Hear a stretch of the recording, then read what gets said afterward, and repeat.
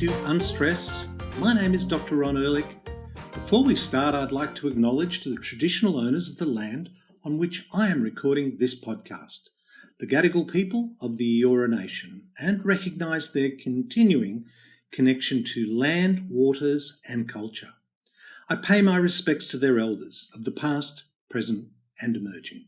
Well, today my guest is Executive Chef Jason Roberts. Jason hails from New Zealand, but has been involved in some of the top restaurants here in Australia and in the US.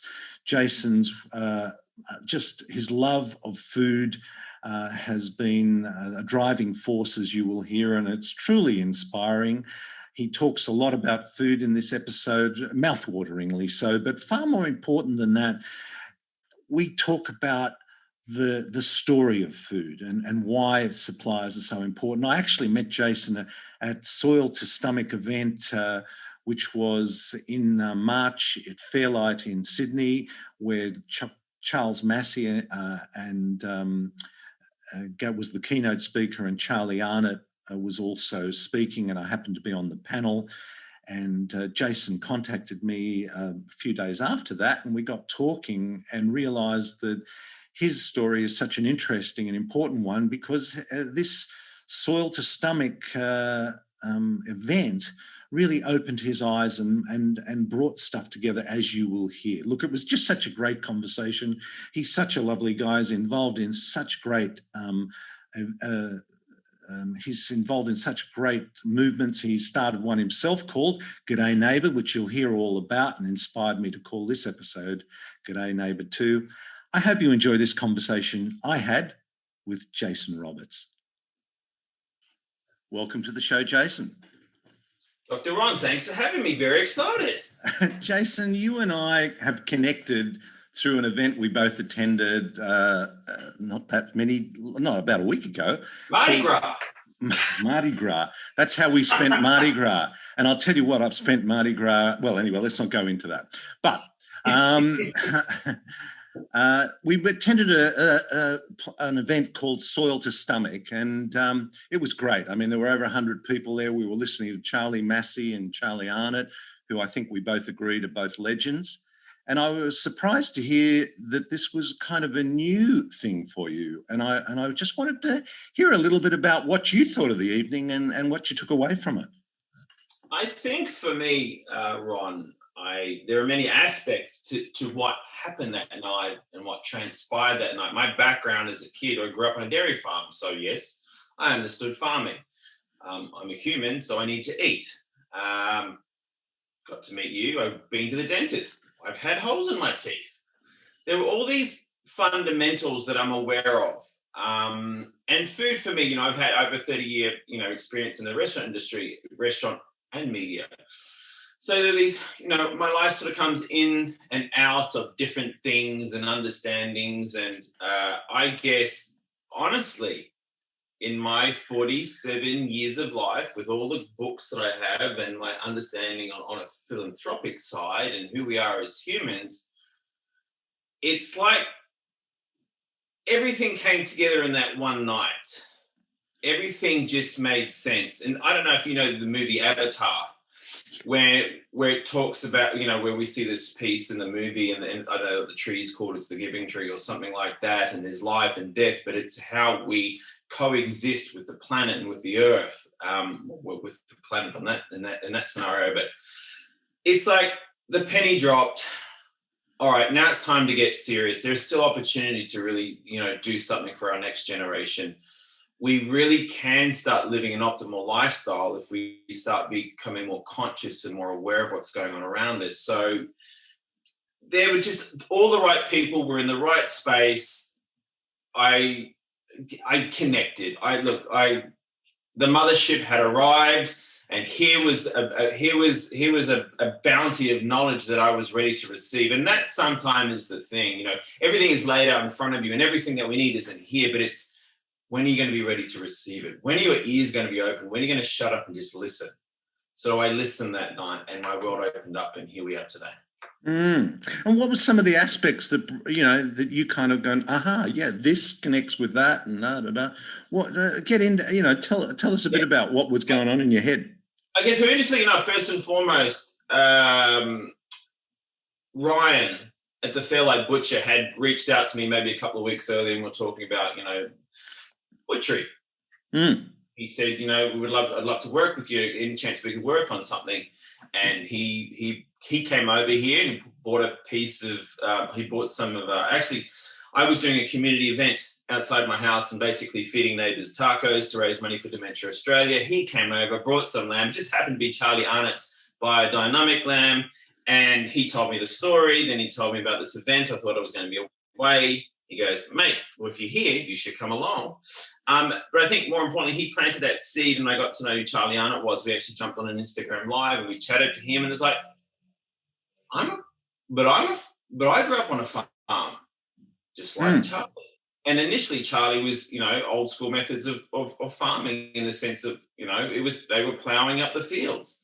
But then on that night, when Charlie was talking about, no, you don't plough up the fields, you don't plough up that cover crop, you don't let the wind blow it away all the way over to New Zealand. All that hard work that goes into the soil, but everything from, moving, livestock from paddock to paddock, and the way they walk on the ground and they create the divots, and that's all you need.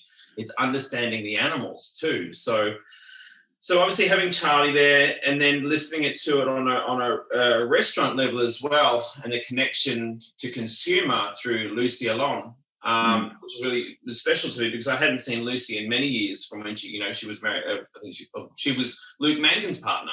Right.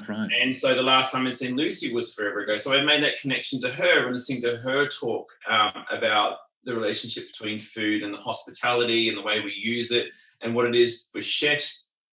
25 years ago, we were very proud to put the farmer's name on a menu, the person who grew this particular, and then it goes through a phase of, well, you need to make money, and therefore you're buying stuff in from Thailand and Vietnam and everything. Is like, well, I don't really want to tell people that, but I'll use it because it's cheaper.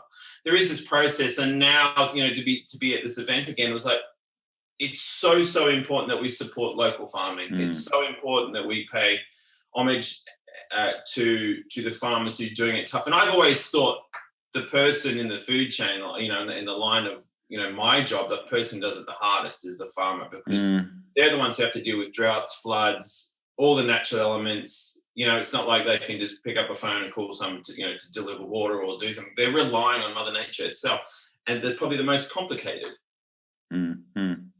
And so there were many aspects, and then meeting Murray from Nauru Farm and just listening to him and the way he's working with this local Aboriginal community. What a great story. I mean, Murray's coming onto our podcast too, so our listener is going to get that amazing story of Murray and Nguru Farm. I think that's how you say it. But yeah, go on. He was amazing. I was similarly blown away by him. Okay, so there was. I just went onto his website a bit earlier, and there's this piece here, and it's an old Aboriginal proverb. We're all visitors to this place. This time, we're just passing through. Our purpose here is to learn, to grow, and to love, and then we all return home. Yeah. So that sort of really does sum up, I guess, who Murray is, what Nauru Farm is, but also what that evening was too. We are all here for a time, and we are here to be part of the circle and not look at it and how we make money from it. And I think that's something that Charlie had pointed out, or even Charles Massey had pointed out, is that rather than taking a look at the bigger picture as far as farming and food and agriculture, become part of the circle. But that's when you remove yourself from trying to capitalize on the planet. That's what's important to me. So yes, it was very much a full circle moment. I feel blessed to have been in that space, and I took so much away from it. Yeah, it was. You've hit on so many parts of that evening, and it's not a new story to me. I've been following it for quite a long time, but I was similarly moved by it, and that's what I found so interesting, Jason. That we met, you expressed that kind of thing to me, and I thought, hang on, I knew a lot of that stuff, and I'm still amazed by it. But listen, the other thing that I really want to talk to you about, And you know, this fact that you've grown up on a dairy farm is even makes that journey even more interesting. Is that to reach the point in the food industry, you know, in the hospitality industry, of being executive chef of some of the, well, I think there's 2 or 3 hatted restaurants that you've been involved with. And I'm a huge fan of 2-hatted. Okay. Listen, I reckon you should have got a 3rd hat because I'm wearing it. Yeah, okay, there it is. But my point is that we all go into restaurants and we all order food and a waiter brings it out to us. But there's a lot that happens, particularly in the top end restaurants where you've been involved and become an executive chef. Can you just share with us a little bit about your journey that got you to that point? Yeah. Look, I'll jump to the, you know, I guess I'll fast track you a little because at the age of 4, I knew I wanted to cook. I just knew I wanted to cook. Yeah. There was no other choice. At 4, I don't want to be a policeman. Don't want to be a fireman. Nothing. There was nothing else. Wow. And so I sort of followed my heart. And then I grew up in a dairy farm in Queensland, born in New Zealand, grew up in a dairy farm in Queensland. At the age of 13, moved back to New Zealand. So throughout high school, I did home economics. I did the cooking side. I had to do the sewing side as well. I could do a pretty mean stitch too if I need to. I grew up in the clothing business. Me too. Well, interestingly enough, look, this is me. I'm a bit all over the place, but I may start 10 sentences and finish one. You have to be, right? I think if I didn't get into cooking, I think I would have been making women's shoes. Right. Okay. I just felt whatever it was whatever I had to do had to be a way to a woman's heart. So if it wasn't, it was shoes. But 4 years old is very young to think about it.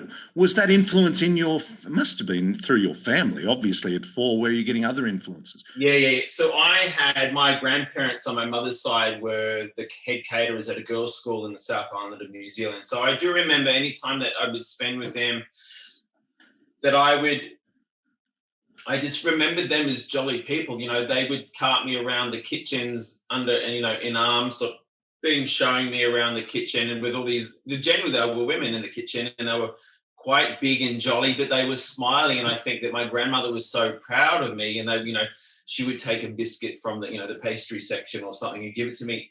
And I just felt like it was a place of giving, a place of love, a place where I felt safe. And I know in that first, 7 to 10, 7 years of your life, it's your understanding of unconditional love and trust. So for me, the women, my grandmother, the white coats, the love in that space, the complete sense of freedom.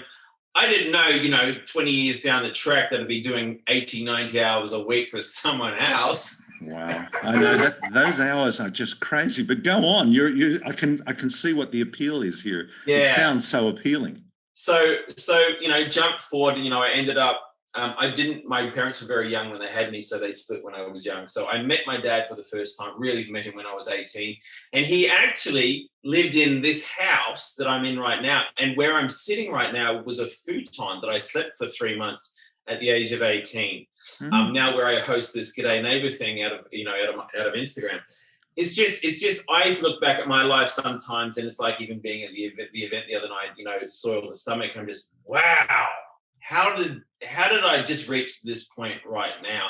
Anyway, my dad is still living. He lives north up near Port Macquarie on his yacht. But this was the space where I first moved to. I started my apprenticeship, actually I got into cooking. My first job was Kentucky Fried Chicken. It was a kitchen to me. I didn't care. Food is food. And I wasn't looking at on the idea of looking for hats. I didn't even know what a hat was. I didn't know what I was chasing. Ideally, I didn't know where I was going either. But that was my first job. You had to get some money rolling in. I had to get off this bloody floor that I was sleeping on. And so I lived with my dad for the first 3 months. And then my dad's an interior painter. Dr. Ron, he may have painted your house at some point. He's that person. He does everyone's house. He got me my first job at Ravisi's, and this was back in '91, working for Megan Brown. And that's when the movie, the food was sort of Tex-Mex Southwestern. There was a lineup every weekend for breakfast, and they would only ever do scrambled eggs. You could not get a fried egg. We're not doing any variation on that menu. And I went from there. I was there for 1.5 years. So my first year, my apprenticeship was there. Then I went to Armstrong's in Manly, where I worked for Mark Armstrong. Wow. Yeah. I worked for Grant Lawrence and Steve Nichols. Steve Nichols and Grant Lawrence. This is a long-winded story, but That's just okay. I'm ticking the boxes here, Jason. I'm just a fan of those two so far. I keep going. So Mark Armstrong, another Kiwi chef, had landed here, sort of thing, but also started to become one of the pioneers of cooking in Sydney at the time. But Grant Lawrence and Steve Nichols were obviously had gone on. They became, chefs in their own right, but at some point they were apprentices to Mogens Bay Espensen. Mogens Bay Espensen was Damien's business partner in Butlers, and that's when he left. Now, hang on, Damien, for the listener, we know about who that is, but tell us who we're talking about here, because I was going to ask you about mentors. This guy. Yes. So Damien, this is jumping forward a little bit. So Damien Pignolet has been my mentor since 93. Wow. Good friend and mentor, to the point that he's been a big part of my life. I've been there, and I know I'm a big part of his life. I was there at his 50th birthday and cooking with, I'll totally name drop some names right now. We had the Brandenburg Orchestra playing at his birthday. We had I was cooking alongside Maggie Beer and Stephanie Alexander. In fact, I can't remember what page it is, but Damien he wrote down Jason's Boudin Blanc of salmon is in this book as well, but it pays homage to that day and his 50th birthday. I just cannot believe he's now 72, 73. That was 20-something years ago, that birthday. Wow. Feels like yesterday. Yeah. So Damien, I guess this tracks back a little bit to who I am as a person. So yes, I've cooked for 30 years. I got into a restaurant. I chased hats for a little while, but I sort of lucked it. I ended up at Bistro Moncur in my third year of my apprenticeship. I moved through the ranks pretty quick because I love the industry. I did the hours because I was building something that I was going to need in my future that I didn't know at the time. I was just doing it. You just do those hours. And I think in hospitality, you do those hours. Ron, I don't know what it was. I grew up, growing up on a dairy farm, and it's somewhat dysfunctional in the sense that alcohol was very prevalent. I didn't drink till I was 30-something. And so my mum had always said, don't drink. So when I moved through the ranks at Bistro Moncur, I was apprentice to pastry chef to second chef, and ultimately becoming the head chef with Damien still as a guide and a mentor. I did not drink through that time. Wow. And in that industry, that can't be easy. Well, it was easy for me because I knew that I was never going to drink. I think it was probably easy. I guess it was probably harder for other people going, why don't you drink? Yeah. You should have a drink. People trying to turn me. We should drink. Yes. Because I was head chef at Moncur and responsible for 2 hats. And I always thought that I was responsible for 2 hats over I was responsible for a brigade of 18 people who were 90% older than me. Yeah. Do you know what I mean? So I had so much on my shoulders. I learned to deal with stress. I learned to manage with stress, but part of that managing it was no alcohol, no drugs, early nights. I mean, I could go home after an 18-hour day or 17-hour day and go straight to sleep, wake up the next morning at 5:30, be on the bus and outside work and good to go, smiling, going, best day of my life. You pumped. Yes. Because I valued life. I valued the connection I had with Damien, the respect that I had for Damien, the respect that I had for the industry, the respect that I had for the people who came and ate at Bistro Moncur, the respect and knowing that they knew that they wanted a French onion souffle or a steak cafe de Paris. I knew my role in this world. I knew that I was a facilitator of happiness and meals and something ultimately that would foster nostalgia. It's just always been here. I've always known that. I cannot explain why. I just have. Yeah. I mean, for the people who are people from Sydney, they will of course know Bistro Moncur, but for those listening from other parts of the world, I should just say that Bistro Moncur is and has been one of the top restaurants in Sydney for the last 30 plus years. I think 30 plus years would be a fair description. Actually, it may be like 29. 29, but it's been around for a very long time with those 2 hats, and the interesting thing is, and just what are hats? I mean, how do you get them and how do you keep them? Yeah, for anyone who's tuning in from around the world, it's very similar to like the Michelin star guide. It's a rating system. Yeah. There are judges, and you were judged. And I think over the years it's changed. I think, I always felt like the only reason we didn't have the third hat, or couldn't get the third hat, was because we didn't have access to toilets for wheelchairs. Yes. Like there's little criteria. There is little criteria. Yeah. There's a lot of boxes to tick. Yeah, basically there are boxes to tick. But I think the thing that we had on our side was not just the space that we were in and our love and for the food and our awareness of the local farming at the time, but I think a lot of it was just to do with consistency. You got the same thing every time. If you were going for Steak Cafe de Paris, you knew you were going to have that before you got there. And it was the same thing every time. During my time there, close to 10 years of being there, Damien would be able to come in. Damien would sit on table 1 or 2 and he would come and have lunch. But that was Damien's job, was to keep us consistent. You would hear the paper go, because at the time, I don't know if it still does, but it had linen, then it would be butcher's paper on top. We would hear of the butcher's paper, and in the kitchen be... Okay, yes, I do remember. They had a linen cloth and a butcher's table over the top of it, yeah. So Damien would sit there, he would order, the specials, he would try several different things, he would make notes, and it would be like, as soon as you'd hear that rip, it's like, wow, we've either got something to learn here, or Damien had just enough vinaigrette on his salads, potatoes were cooked nicely, the beans were cooked through, and the bread was fresh. Mm. So Damien would always make notes, and that's the real connection that I had to Damien at my time at Mr. Roncoeur, not just as a mentor, but Damien was the one who made us, or gave us, responsibility. Yeah. It's like he was the perfect parent. He is the perfect parent. He created boundaries for us. He showed us when we were, he told us when we were stuffing up. He gave us the tools. It wasn't like, I guess modern kitchens now where they run differently in the sense of 20 years ago, Ron, I could look to my left and look to my right and everyone can cook. It doesn't happen anymore. There's a major shortage of chefs. We have a lot of immigrant cooks, people who are coming in to seek opportunity here, who may not necessarily know how to cook. Eventually we'll get there with the right, teaching and love and mentorship behind them, but it takes time. But this was going back then, people turned up by the busloads outside Roncoeur looking for opportunity. Hey, any chance we can come and do a stage? Any chance we can come and learn some things? I loved when people come, because I love making terrines and sausages and pâtés.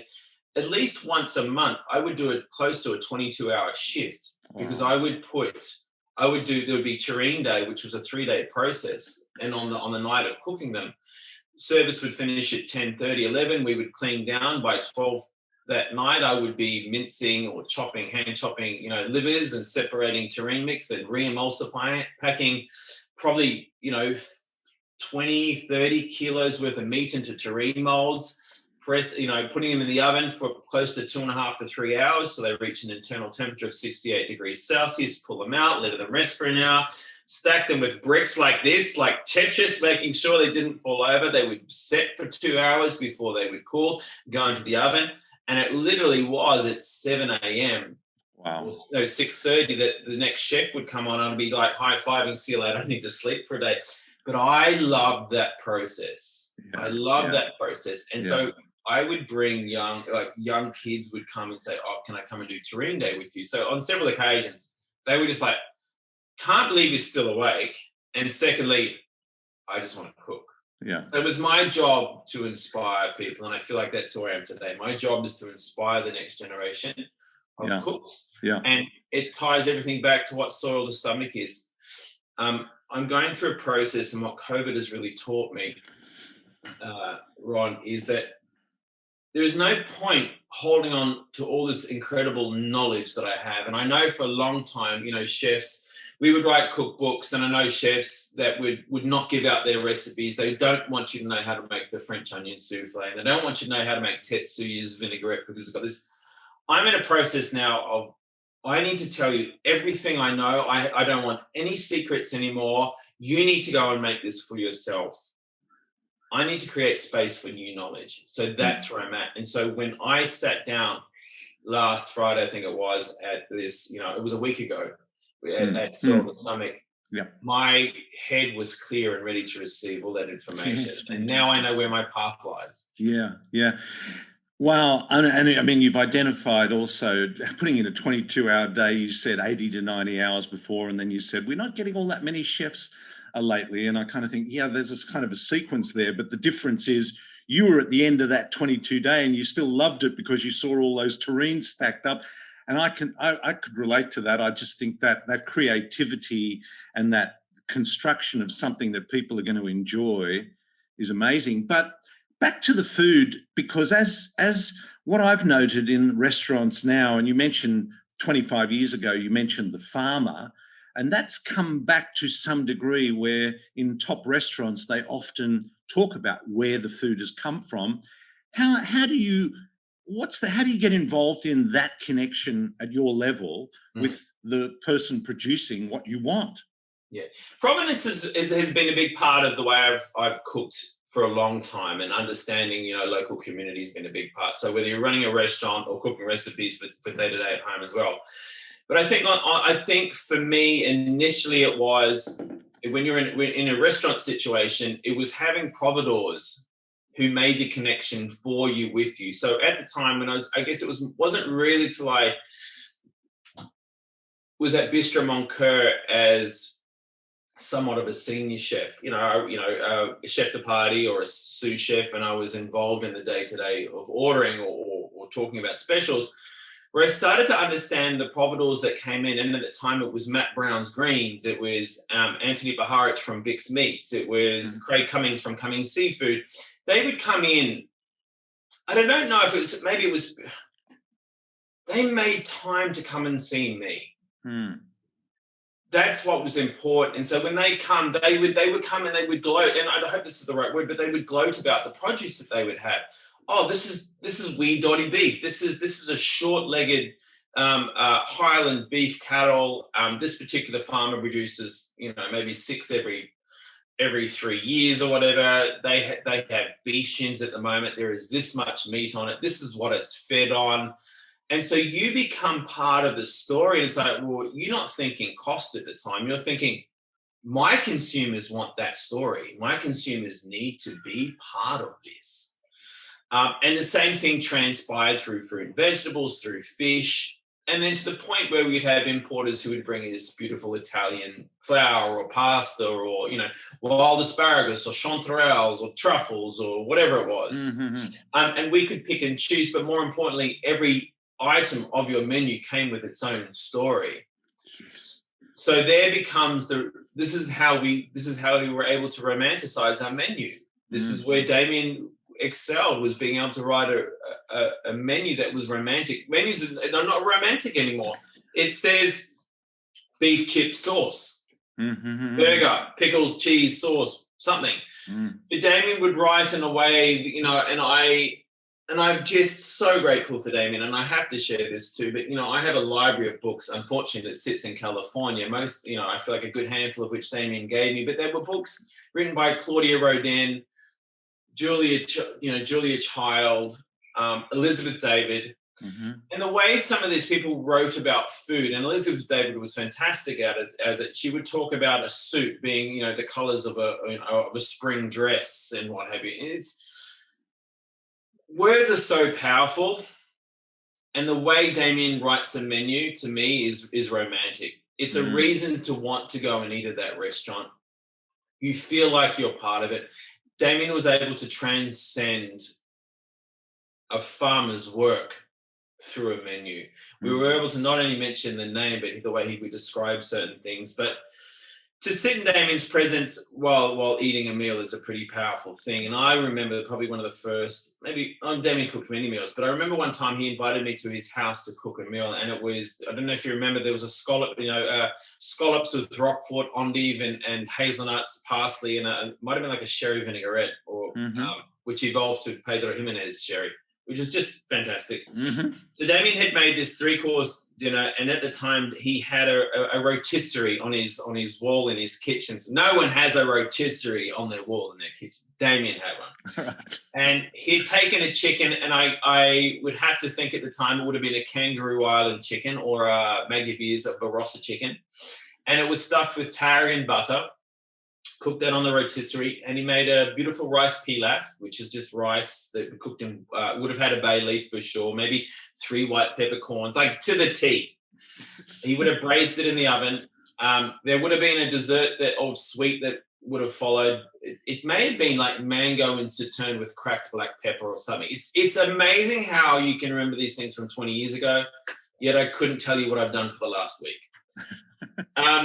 But this particular meal, rendered me to tears, and the tears sort of came from, interestingly enough, this is not the vessel, but there was a vessel, and it was a sauce pot, and at the top lip, you could pour the fat from, so he kept all the juice from the chicken and the butter that come out. So it was a half size of this. There was 2 spouts, one higher, one lower. The higher one, you could pour the butter onto the rice, and the lower one, you could pour the broth off. Wow. I can't even explain it, just by tipping it different ways, because the spout's set up the same level at the top. Yeah. And anyway, I just remember being in Damien's presence. It was a one-on-one situation, and I just thought, here I am, and my mentor is cooking and teaching me, and I'm a grown man, and the love that we share over food, friendship, so special. Actually, Damien and maybe this is where it correlates. There was a book written by a famous early French philosopher. Actually, he was 50 when he decided he wanted to be a philosopher and cook food. Brillat-Savarin. Yeah. And Brillat-Savarin was a lawyer up until the age of 50. Then he realized his whole family was, and for whatever reason, he got into food. But he wrote the book on the physiology of taste, Right. and how food correlates to life, death, dreams, love. And this is who Damien has been to me. He's like my own Brillat-Savarin. So Damien and I have done events, at a particular one I can think about, it was a winery, Wyndham Estate, maybe in the Barossa. And we did an event over 2 days for maybe close to 500 people. But the thing I remember about that, there was several dishes that we cooked. One was a confit, might have been duck neck and confit duck, and there was, it was a crepinette that had confit duck in it. One was this big rice pudding that we made in this big brat pan like this, and my arms were in it, and there was Cape gooseberries and rhubarb. Like, it was just delicious. But the thing that I took away from that was we drove there together, and it might have been a Saab at the time, but the sound system was amazing, and he was playing, I think, Buena Vista Social Club. Right. And that music is what connects me to that moment. Right. So music has become a big part of my life, and the vibration through music and food and connection is just this is what makes me happy now. Yeah. Well, you mentioned his ability and your ability to tell a story around the food, and that really is the key for us all, really, not just to see it as a burger and chips and it's a 1 or 2 word description, but an awful lot of life and hours went into the production of even that burger and chips, let alone the other stories that you're telling and making my mouth water. The connection between these suppliers also is so much part of that story. And I think it's what a lot of our podcasting is about, is to connect, make people realize there's a big story. But I always have thought that a commercial kitchen must be a very stressful place. What are some of the elements that make it particularly stressful? You mentioned consistency, one. What are some of the elements that make a commercial kitchen stressful, and how do you overcome that stress to make it work well?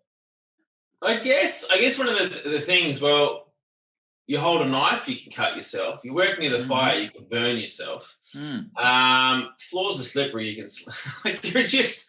It's a dangerous environment to work in. I think the thing what makes it tough is just the hours in which you work, and the heightened sense of awareness you need to have when you can be somewhat exhausted is what make it quite dangerous. We were big in nourishment. and eating together as a group and as a family. So I think with what you would, yes, it can be quite a tough environment, can be dangerous at times, but when you take that time out at 10:30, 11 o'clock in the morning, and you sit with the staff and you eat a breakfast and you share a story, and you do the same thing before you go into, dinner service at say 5 o'clock, is that you communicate, and you sort of reminding each other that you are a family, and you look out for each other.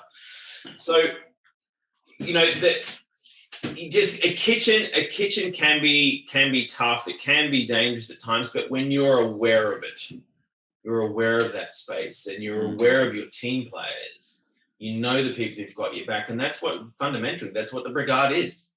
That's what a team is someone who pads the whole sort of thing and is aware. But I tell you what, Ron, when you're watching, a restaurant that seats 130 people and a lineup of people before the football going in down at Moore Park Road are coming in and they want steaks, when you watch 6-7 people on the line just dance around each other, it is the most powerful, beautiful thing you could ever watch, because food is coming up for each table at the same time, and you got 4 or 5 people who are participating in several different dishes, sort of thing. And then you got a chef who's calling it and calling up the food, and then you got the maitre d' or the waiter who's standing the food up. It's so beautiful to watch, but that comes from consistency. That comes from constantly checking in with your team, being aware of their abilities. Sometimes you become their strength. It's knowing how to support each other. It really is the ultimate relationship. It really is. Until it becomes toxic. Yeah, until it becomes.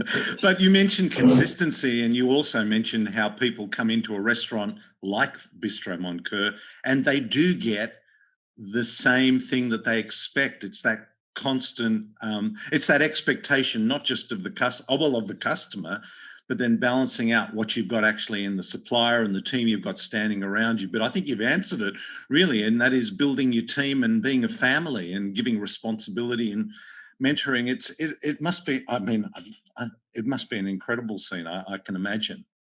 It's I remember on different times we had reporters or journalists come in and sit in on a Friday or Saturday night, just like they couldn't sit back far enough. They didn't want to be in our way, but they couldn't. There really is a dance, and you are literally sliding around behind each other to put food up on the pass. But the utilization of the 8 burners and the 2 ovens to make all of this just sing. It really is a well orchestrated scenario. It's like watching your favorite, play being, in front of you, or favorite piece of music. Just it's that everything works together.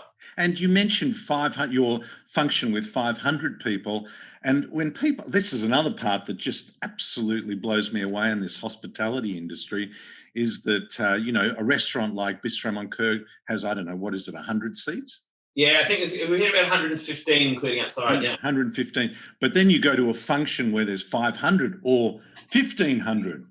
How do you produce a consistent plate to put in front of 1,500 or 500 people is kind of a mind-boggling undertaking. You learn time management, planning, pre-planning. Probably today, why I still have notepads. I tend to write my calendar. I make notes, and that is the way I connect with a procedure. And I think as you get older, you get better at it. And sort of when it comes to cooking a dinner party at home, there's a big difference. It's a lot of chefs don't actually. Well, during my time, I know a lot of chefs who actually just didn't cook at home. They ate very, very poorly. Yeah.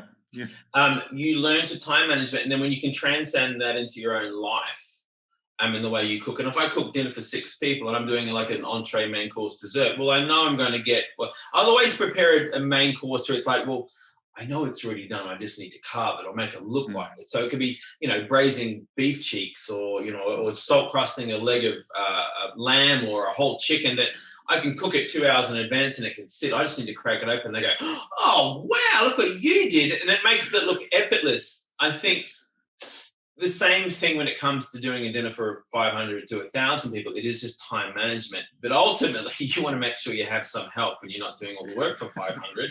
But it really is just Mm. planning. It still is, whether you're cooking for 5 people and there's a 3-course menu, or there's 500 people and it's a 3-course menu, you're just multiplying it, basically. Yeah. And to be honest, sometimes it's easier. If you know you've got 500 people or 1,000 people, you know exactly what your numbers are. It's so much easier to prepare and plan than an a la carte menu, Mm-hmm. where you're having 40 portions of everything. And then what happens in an a la carte situation is you need to create food that not only holds up and is easy to serve, but stores well. You may not sell, 15 portions of swab at $60 that night. Do you know what I mean? So you create food that holds up. And this is where my love of classical French cuisine comes in, is because we learnt about how to preserve food through confying and salting and air drying and smoking and bottling and pickling. And that's where my real love of French cuisine comes in. We learned how to preserve food, how to use, and this ties back to soil to stomach, is how do you use a whole carcass? Yeah. How do you utilize it? Nose to tail, and using it. Listen, we could talk. I could keep asking you questions about commercial. I'm being a bit self-indulgent. I want to ask you a little bit about some of the stuff you're doing, because you mentioned G'day Neighbour. Yes. And you also, I know, are connected with No Kids Hungry. Yep. Tell us about G'day Neighbour, because that sounds very appealing, particularly in our current environment. Oh, thank you, Ron. Look, yes, believe it or not, yesterday was our 1-year anniversary for G'day Neighbour. And just here to my side, I've got this shut at the moment because I have people walking past looking in my window. I live on floor level, and people walk in and I'll tap on the window and they literally will go, "G'day neighbour." So during the start of COVID, we were, what do you do? What do you do? Okay, you're in lockdown. What do you do? I'm a cook. I'd been doing television and radio for the last year, and I thought, you know what? I'm just going to cook. So I, like everyone else, I started making sourdough, I started making pasta, I started making banana bread. And then my windows, and the way the aspect of the window, they open out onto the street and people walk past. I would have neighbours and said, "Hey, look, I've made some extra salad. I can't eat it all. It looks like I was. God, I got heavy." And I just started passing food out the window. And then it ultimately became a cooking show. Each night at 5 o'clock, I would go live, "G'day neighbour." Fantastic. Through the power of Instagram, and I have lived in the States on and off for the last 15 years. I have, there's a broad connection to American chefs and what have you. So I would get I'd get a chef on Instagram from the States or the UK, and we would chat about food. But more importantly, we'd always deliver a recipe. And at the time, at the start of COVID, it was utilizing what you had in your pantry, teaching people to waste not, want not, using up leftovers. Making the most out of their food budget, sort of thing. So it literally is, an Instagram account that goes live 5 days a week, and we talk about food. But what was really special, it had me in tears yesterday. There was a young girl, her name is Major, and Major is 9 years old. And I called her my Victorian correspondent, because we would go live and I would give her a task, and the task may be, tell us, what food should we be putting in our school lunchbox? And because of during COVID and she had respiratory issues, she couldn't actually go to school. So her mum would work with her on these questions, and she would put together this big poster of all the things you couldn't have. And she would lay the food out, and she would go live just like this, and she would tell us all the things. So yesterday, and I'd known that Major through COVID had been saving and raising money, selling lemons outside her house, or pig face, a weed, and people would buy it, and people she was raising this money to come to Sydney to meet me. And anyway, so I knew that they were coming to Sydney. I believed it was today. And Major's mum had said, "Hey, look, we have a delivery coming for you today between 4 and 5. Major would love for you to be there to receive it, but also wants to be on the live with you when you open it up." And I'm thinking, okay, so I've got to be here. There's going to be a courier coming. And then lo and behold, at 5 o'clock, I'm ready to go. I'm doing a bone broth with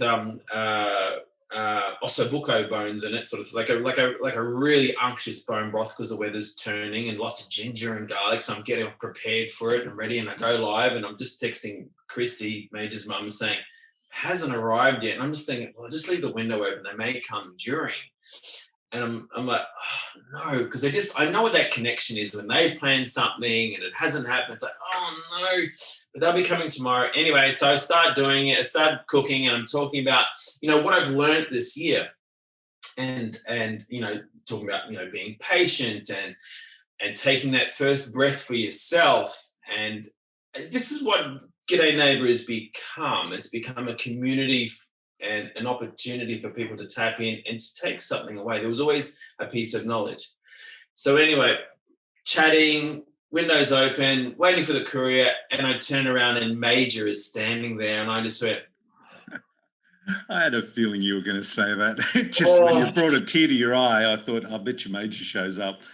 What a great story. Did, and I did, and it really did. And what's been hard for me during COVID is, all my family are in New Zealand, and we're very, very close, and I would have seen them, at least 2 or 3 times a year, sort of thing. And anyway, so it was like my own family was standing up in front of the window, and I couldn't hold it back, and I got here, and she cooked with me, and we just to share that space in that moment. And if I could round this out on what G'day Neighbour is, it's about pure connection, authenticity, a space where you can come and take whatever you want, ask whatever questions you want, and if we don't have the answers, we will connect you to those answers. And then I think you mentioned before about what No Kid Hungry is to me. So I would like to think of I feel like I'm a charity crasher. Mm-hmm. I get involved in a lot of charities purely based out of I love riding bikes. Mm-hmm. But what No Kid Hungry was for me, I was living in the States, and I was presenting on a show called The Chew. I was signed to ABC America, and I was doing a TV show, and at the time I was making fantastic money, and there was an opportunity to do some work for local community. I had done a couple of dinners for No Kid Hungry where we're raising money to feed kids across the country, and this is on a school program where it feeds kids their first meal of the day, where it takes out that stigma that rich or poor, it doesn't matter what food you have, that everyone deserves a meal to start the day, and no kid should have to choose between the quality or quantity of food. It resonated with me. I never had to choose. So anyway, he got involved with No Kid Hungry, and at the time, Jeff Bridges, Jeff Bridges, you get it. It was speaking at an event, and along with a panel with Billy Shaw and several other people who were involved with No Kid Hungry. There was a Q&A, and I sort of begged the question, and this came up the other night and saw the stomach. I said, look, I understand the need to feed children. I get that. But I love that old adage, give a man a fish, he'll eat for a day. Teach a man to fish, he'll eat for a lifetime. And actually, I think Charlie brought it up the other day.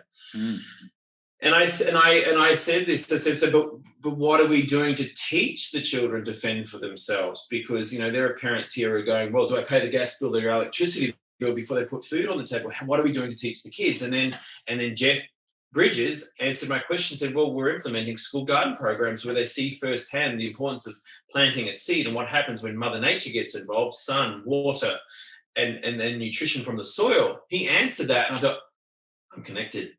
Yeah. We are like this. Yeah, right. Then jumping forward probably about a couple more months, I'm sort of I do a tour around the country. I'm doing live shows in DC and what have you. And I was doing a radio show, and one of the co-founders of No Kid Hungry just happened to be on before me. I jumped on the radio after her to promote this show, and I was just like, that was Debbie Shaw from No Kid Hungry. I do stuff with No Kid Hungry. And I talked about the dinner. And anyway, so Deb had heard that and reached out to me, said, hey, look, I'm going to be in New York. Let's connect. I had connected, and I'd always had this idea and this plan to ride across America on my push bike, on my road bike, and for people just to throw money at me. And I thought, do you know what? I'm going to ride my bike across the country. People are going to throw money at me, and we're going to feed children. We're going to do this together. And she goes, well, yeah, let's do that. Okay. And so we piloted a ride, and we started doing it, instead of doing it across the country, we just did a small amount. So we did 300 miles, which is close to 500 Ks over 3 days, New York to DC. Mm-hmm. She said, look, you get a group of people together. You raise $25,000 this year. Next year, we'll invest in the ride. We're a non-for-profit, but we have money to invest into new schemes because we need to make more money. We need to feed more children. So we raised the $25,000. The following year, we did the same route, New York to DC. Then we went over to the West Coast, and I think we did like Carmel to Santa Barbara or something. It was another 300-mile ride, basically. And I think we raised close to 100,000 or 75,000, 100,000. So with a bit of an investment, we had more riders. And on that year, this was 2017, Pink, the singer, and her husband had come along. They were also advocates for No Kid Hungry, and she was 5 months pregnant and didn't say anything at the time. She says, "Hey, I'll come and do the ride next year with you guys." So the following year, this was 2016, we met Pink. 2017, she's doing the ride. She had just had a baby.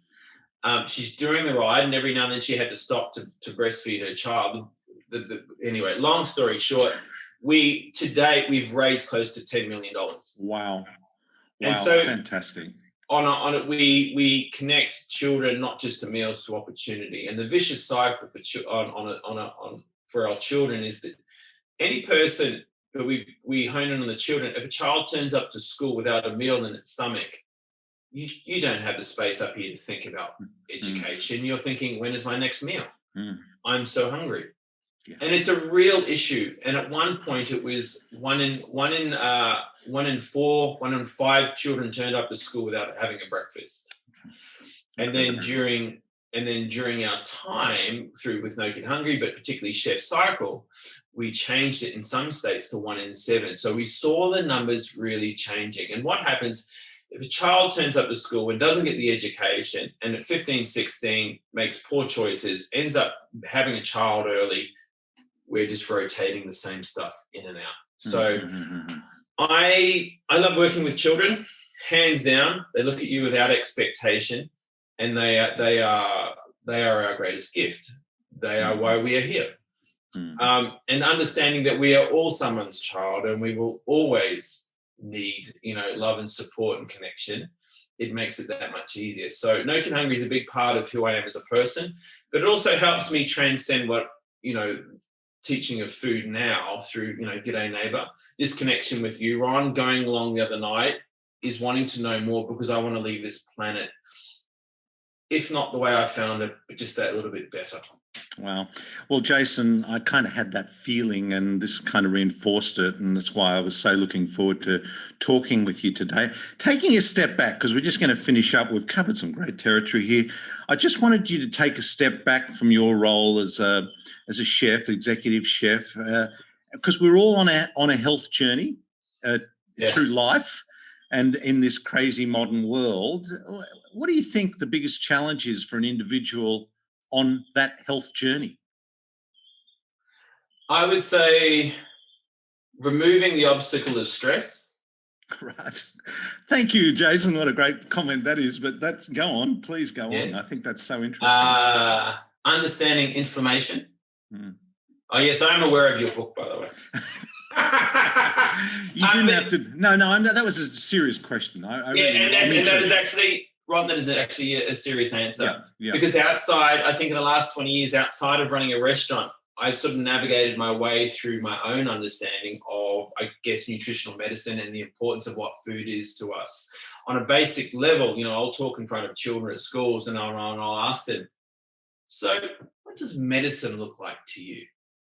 And they will say it's a white pill, or it's a capsule, it's a thing in a box, it's something that mum and dad take. And if I'll always put to them, but what if I'm holding up green leafy vegetables or carrots and tomatoes, and mum said, what if I showed you this? What if I told you this is real medicine? And how we identify with different colors of the rainbow. I know it's an old adage, but it's something my grandmother taught to me. Eat the rainbow. Eat as many colors as you possibly can. So as far as a health aspect, I have gone through I remember doing reading on inflammation. And I think more so because of my understanding of what dementia was. And the non-for-profit work I've done was based on riding bikes. But then when I get involved, when I start hearing the messages to why these things happen and why there is an increase in heart disease, cancer, diabetes, osteoporosis, and why we tend to take on more stress than we need to, when you start changing the narrative on your own life and you start rethinking, what is my purpose? Is my purpose, so when I get to the pearly gates and I see the dude upstairs with his big white beard or whoever the heck, he, she, whatever they are, and they say, so what could you have done better? What do you wish you had done more of? I wouldn't have been doing 80, 90 hours in a kitchen. Well, not a restaurant kitchen for someone else. Maybe my own kitchen feeding people that I can nourish my own community. I'm all about building community.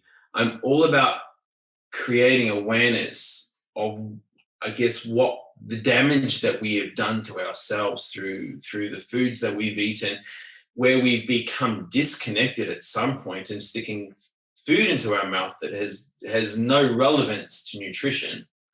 So I feel like with what I had said there, you know, stress, and I think this is why I've really connected with you, Ron, too, is knowing the work that you've done this far. But it's like, these are the little things that I've been aware of for so long. I need to make more connection to them because they're so relevant, and it's where we're headed. It's where we're headed. So for me to have Major turn up outside my window yesterday and have a tear, that's because I'm not holding on to all the BS of the past. It's because I'm leaving space for the future. And this awareness has purely come from, like, it's some weird fifth dimensional thing. And I don't know what you believe in, but I can tell you, my heart is full, my soul is abundant, because I'm making space up here for new knowledge and doing what I'm meant to be doing. I'm working 11th hour, and so I know what my answer is when I get up there one day. And I'm going to say, no, I live my best life. I created a pathway for others' futures. Well, Jason, what a great note to finish on. And thank you. Since we've chatted only a short time ago, I've been looking forward to this conversation. So thank you so much for joining us today. Too easy, Ron. Thank you. And we should do it again sometime, maybe with food. I'd love to. That's a dream come true. Thank you. Thanks, guys. So I have to admit to being a closeted rock star admirer of executive chefs. I mean, I just think commercial kitchens, and not just any commercial kitchen, but the commercial kitchen of a restaurant like Bistro Mon Coeur is a great source of fascination to me. And it was so interesting to hear Jason talk about a commercial kitchen and everyone having a place, and the potential problems on an occupational health and safety basis on the one hand, but creating a family and a team and sitting down together to eat, and this great sense of team and bringing it all together. And to be honest, the comparison, the similarities between running a busy two-hatted restaurant kitchen and running a dental surgery where our staff, I mean, I'm very fortunate in my practice to have, there's 6 dentists in total, and we have 4 hygienists. We've got a team of 25 people. And I very much look at our team as a family.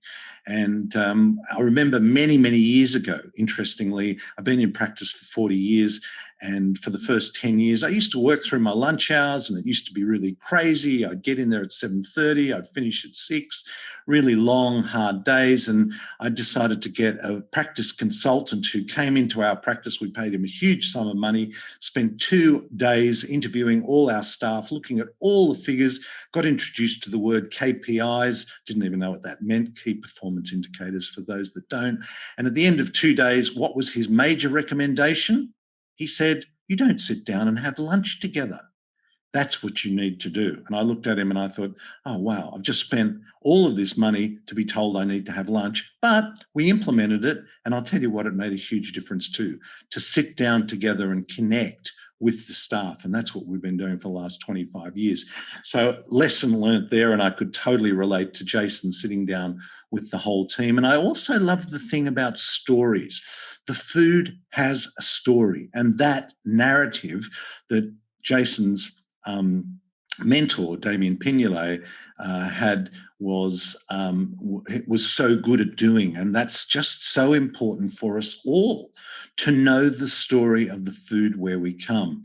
Funny story too, that many years ago I had tickets to the Socceroos, the Australian soccer team's major game in front of 80,000 people against Iran. It was, I forget what year it was, probably 2000 or 2001 or 2. Anyway, it was it was 80,000 people, and it ended up in a penalty shootout. And my brother and my nephews had tickets for me, and I had a choice. I could either go and see this really important game, or I could go to the book launch of Damien Pignolet. Guess which one I chose? And I never regretted it. Although I'm still living it down with my brother and my nephews, but I never regretted it. So that tells you about where my priorities lie in terms of food and that. So it was just great talking to Jason and his G'day neighbour. And he and I are neighbours. He's in North Bondi, where I grew up, actually. And we're down one or two beaches, for those that don't know it, in Sydney, and I'm living in Bronte. So we are virtually neighbours, and it's been great to connect with Jason. And I hope you enjoyed that conversation. So don't forget to go onto the Unstressed with Dr. Ron app. It keeps you informed of all the shows and all the workshops that are going. And we've got this great 5 pillars of health online course, which we're building, developing, always improving. I hope this finds you well. Until then, this is Dr. Ron Ehrlich. Be well. This podcast provides general information and discussion about medicine, health and related subjects. The content is not intended and should not be construed as medical advice or as a substitute for care by a qualified medical practitioner. If you or any other person has a medical concern, he or she should consult with an appropriately qualified medical practitioner. Guests who speak in this podcast express their own opinions, experiences and conclusions.